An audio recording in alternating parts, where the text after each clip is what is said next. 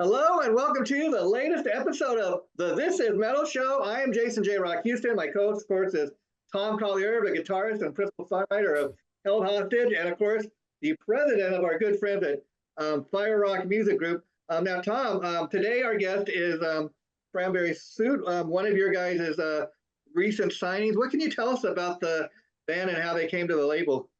So Mike Wilkerson, our A&R guy, found these guys and talked to them. They sent it over, and they had such a unique sound, just so cool. We had to sign them. I mean, we turn down right now, Mike can tell you, we're turning probably 10 bands a week away. Wow. So we the last 3 weeks, we haven't signed anybody, but we hear a band like this, we go, there's something there. They had that sound, just really cool sound, and everything about the guitars were great. The vocals were great. The songs were great. We had to sign them, you know? Now, let me tell you guys, in prepping for the interview today, Thank you. I went on YouTube and I was checking out some of your music. And to me, what I heard is kind of a combination of, hard rock meets the blues. Would you say that's a fair description? Yeah. Yes. Yeah, that's pretty much the motivation, man.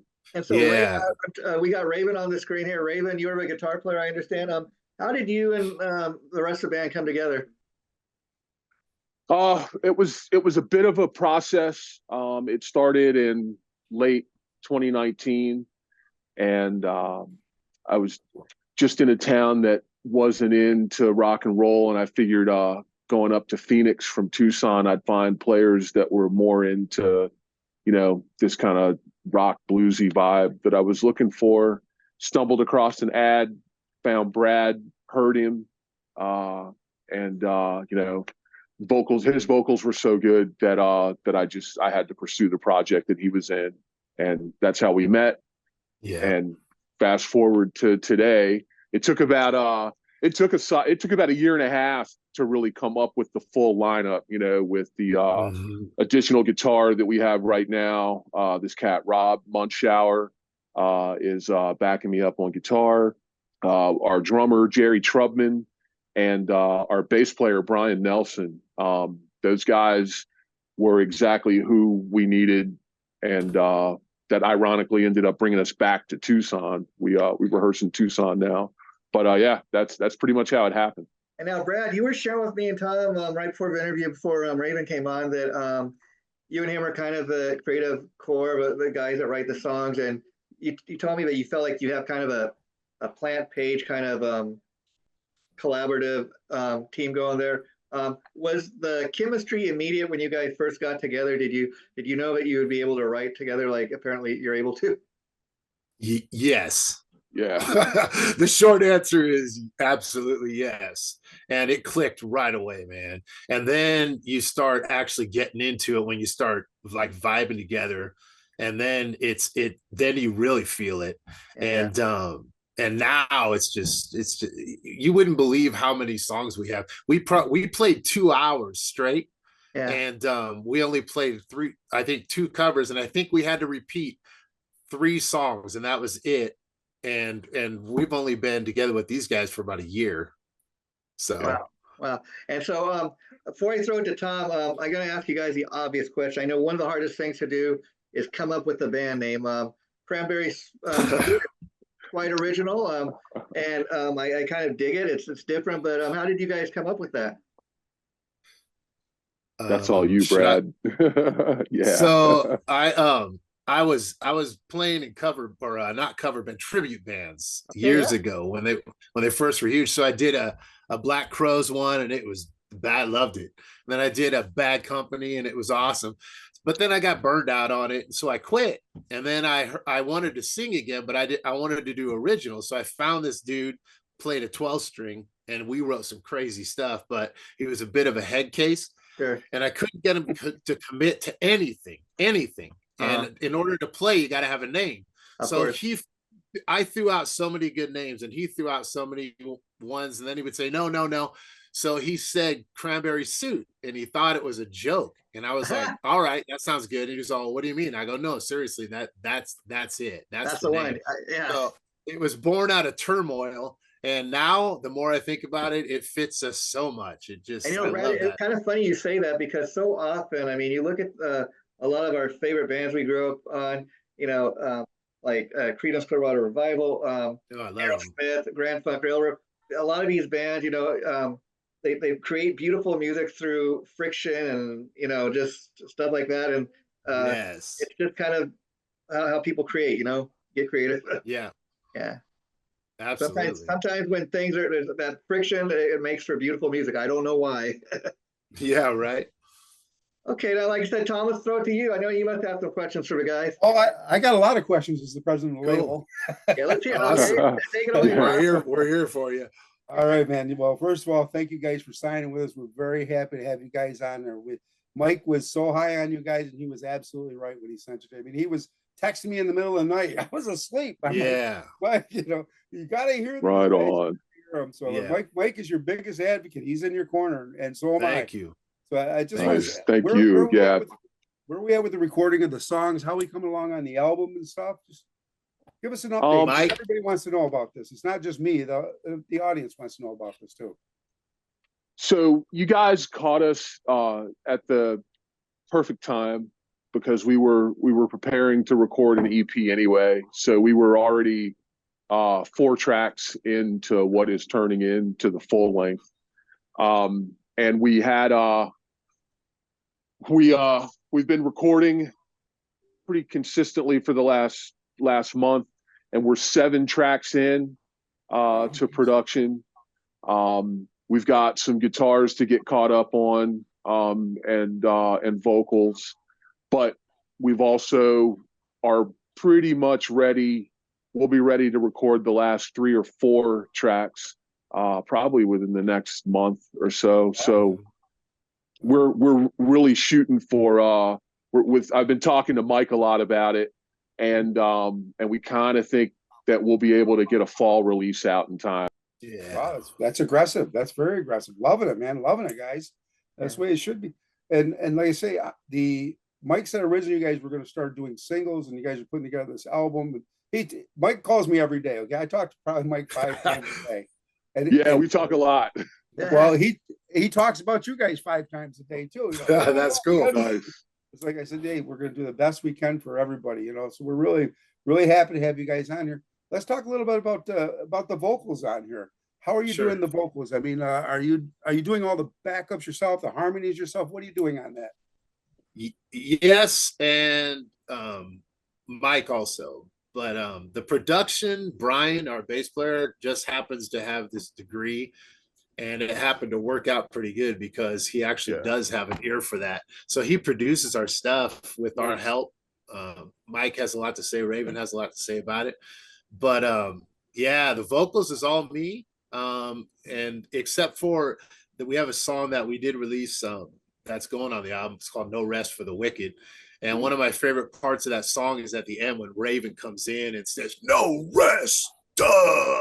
And that is just so badass, man. So when it's him, it's him. And of course, we got to ask, how did you get the name Raven? Oh boy. A long time ago, at a pretty pivotal moment in my life, I found some friends that got me on what the Lakota Sioux call the Red Path, and at the end of that came the name. That's cool. It can be the short. It can be told. Yeah, it can be told today's story. Okay, what I like about that too is it's always better when somebody else gives you your nickname than giving it to yourself. Right. Yeah. Excellent. And so, Brad, do you guys have a home studio where, do you each have a studio in your own home, or is there one central studio where everybody gets together and records? Yeah, one central studio. We have a place we practice in, we record in, we write in, we do everything there. That little square room we got. That's the old school way, and I dig that because, like you guys were saying, before you got signed to Spy Rock, original plan was put out a 4 or 5 song EP, which is kind of the typical standard for today's way of doing things. But I'm an old school guy. I grew up on full length albums, so I dig the fact that you guys are new up and coming band, so you got to kind of put out new music. But it's they're bands that they get to a certain point where, hey, people aren't buying CDs. We're just going to live on our catalog of music. So the fact that you went from putting out an EP to a full length, I think is pretty cool. Right. Yeah. And we got another full length right behind this one. That's how much music we have. It's crazy. And so we're very fertile. Yeah. like in Arizona, Very fertile. Say that one more time. I'm sorry. What's the music scene like in Arizona? I mean, you ever run into George Lynch? I know him and Jeff Pilson live there. Yeah, Mike likes George a bit, don't you, Mike? Yeah, kind of a George Lynch fanboy, if I'm being honest. Right. Yeah, he's totally badass. Yeah. Years ago, like way before this band was even a thing, I ran into him at a bike week event in Phoenix, but you don't see him very much anymore. Yeah. He's kind of busy out touring, got his farewell tour from what I understand. So yeah, man, he does a ton of stuff. It's crazy how many records and projects he's involved in. I find new stuff with him in it all the time. Yeah, I tell Dirty you, Shirley. He recently put out a great, not just Lynch Mob album, but a great instrumental soul album. And for instrumental music, I tell you, it's really, as you can imagine, it's not the typical like George Lynch stuff, but it's cool. If you know what I mean. It's different, and yet it's George. He always finds a new way to do it. It's crazy. Yeah, I love it. Love the stuff he's putting out. And so, when you guys for the new album, is it all like fresh material? Do you have any tunes that are laying around? Because I always think that's kind of cool to go back and check out older material that maybe didn't make the last album. Yes, we did dust off some that we had from 2-3 years right when we got together, and we now have the lineup that we were supposed to have all along, because my whole vision of Cranberry Suit, because you have the vision in your mind, sure, but you're sometimes you're not there yet, but you know what you see, like you can vision yourself on a big stage and how it's supposed to look. So now we have the 2 guitar players. We have, because I grew up on Iron Maiden and Judas Priest, and I grew up on all that stuff. Sure. Maybe 84 and down, everything was amazing. And so I want to present that again to the world, but we do it just like us, and we do it without trying.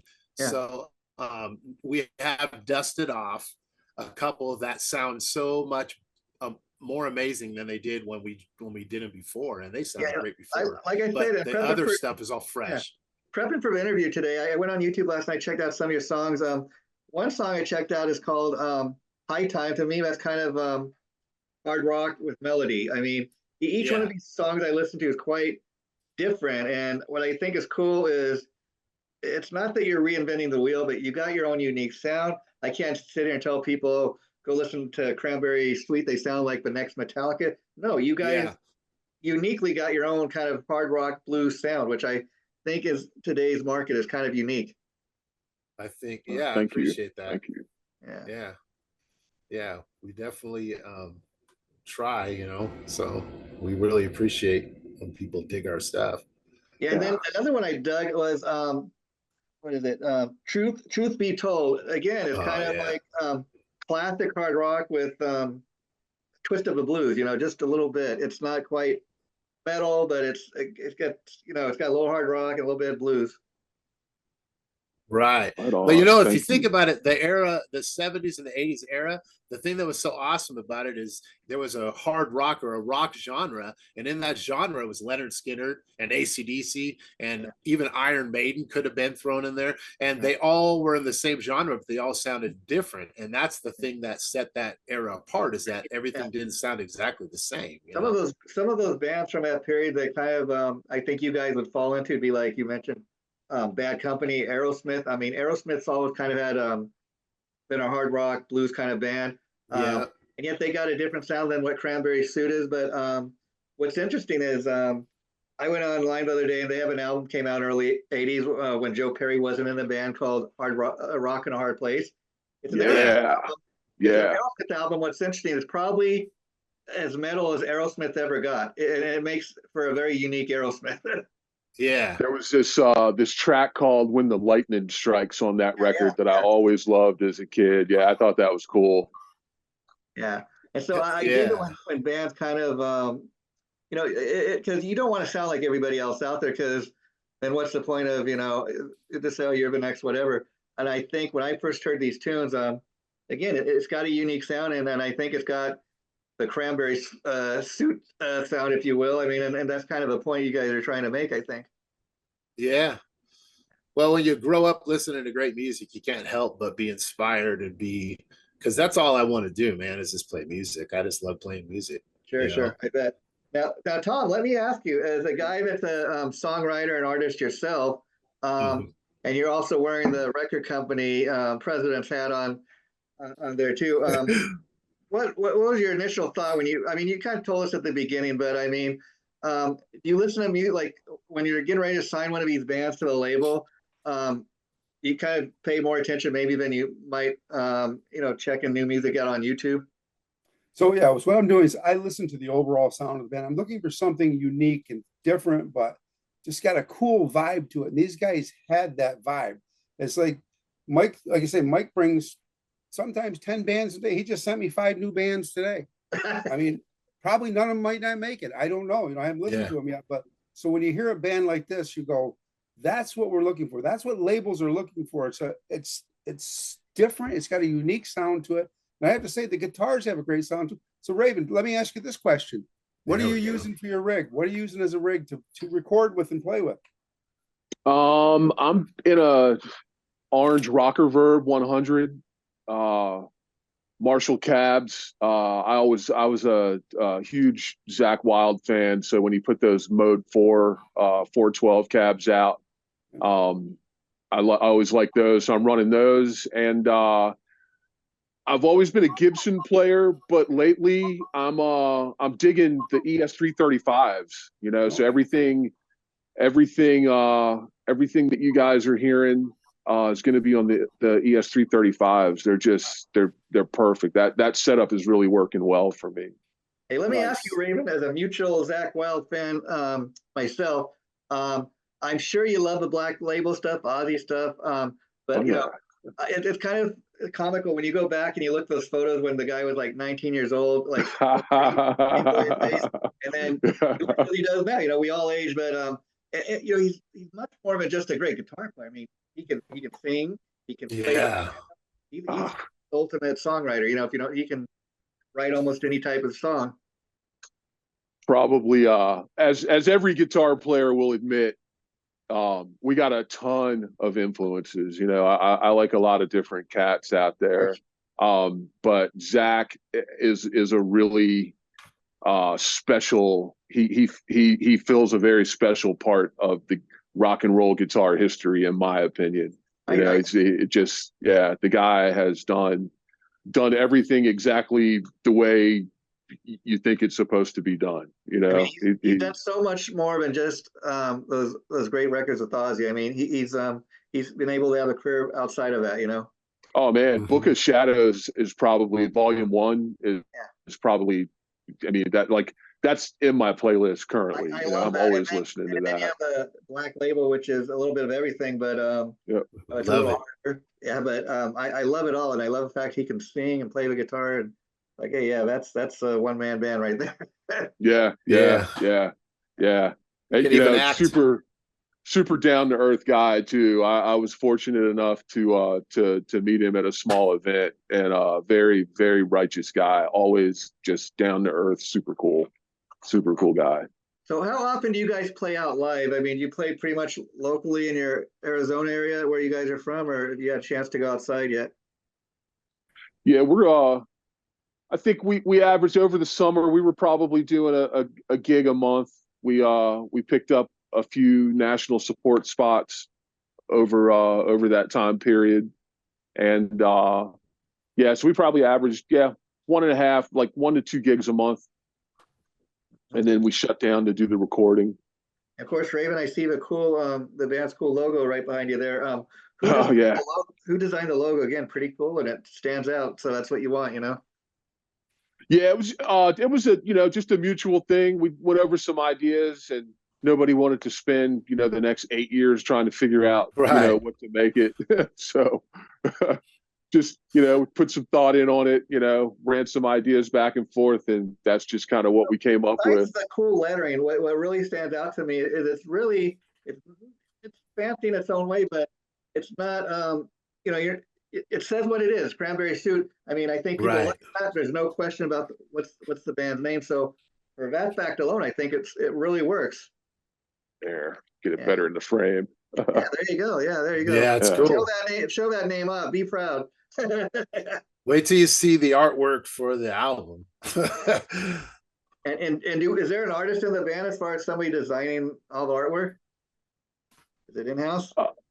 Just kind of, yeah, we internally, you know, just kind of nerd out on it, think about all the cool stuff from when we were kids, you know, and I think